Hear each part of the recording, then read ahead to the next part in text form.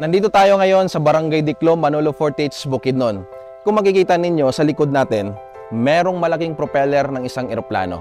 At alam nyo ba na dito mismo sa kinatatayuan ko, naging airbase ito ng US Army B-17 Heavy Bombers laban sa mga Hapon. Noong World War II, nang sakupin ng mga Hapon ang isla ng Corregidor, si Douglas MacArthur ay tumakas galing Corregidor papuntang Cagayan de Oro.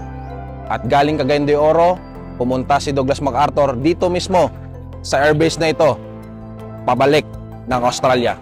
At doon nagsimula ang katagang I shall return.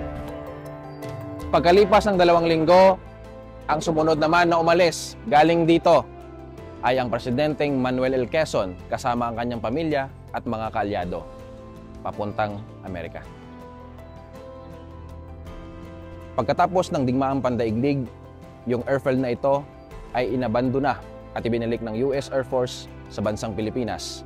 At kalaunan, ibinigay ito sa mga magsasaka. At ngayon, isa ng taniman ng mga papaya.